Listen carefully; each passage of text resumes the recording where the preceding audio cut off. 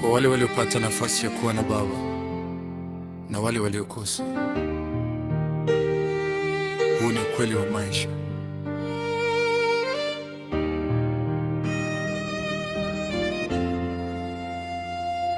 Nakumbuka enzi nikiwa mdogo sana, ulinibeba mgongoni bila hata kulalamika. Jasho lako likawa kama mvua ya baraka, ulijinyima ili mimi nipate furaha. Usiku hulali, mchana wafanya kazi, maisha magumu, lakini hukuwahi kukata tamaa. Ulificha machozi nyuma ya tabasamu, ili tuone dunia ni sehemu ya amani. Sikujua mapema thamani yako, nilikuwa naona kawaida tu.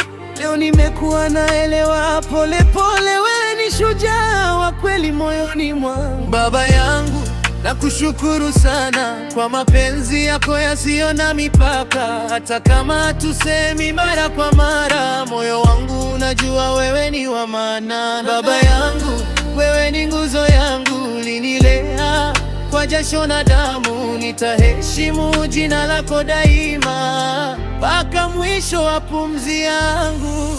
Kuna siku ulikuwa mkali bila sababu, lakini leo najua ulikuwa unanijenga. Maisha sio rahisi kama nilivyodhani, ulinifunza kusimama hata nikidondoka.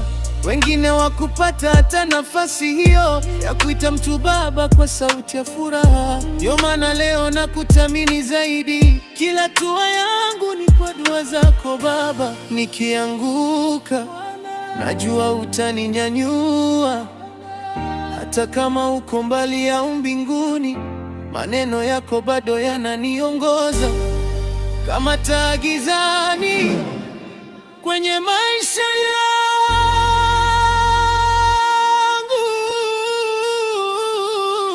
Baba yangu, nakushukuru sana kwa mapenzi yako yasiyo na mipaka. Hata kama hatusemi mara kwa mara, moyo wangu unajua wewe ni wa maana. Baba yangu, wewe ni nguzo yangu, ulinilea kwa jasho na damu. Nitaheshimu jina lako daima mpaka mwisho wa pumzi yangu.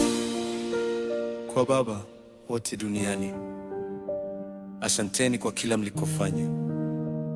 Hata kama tukuwa tunasema, tunawapenda sana, tunawapenda sana.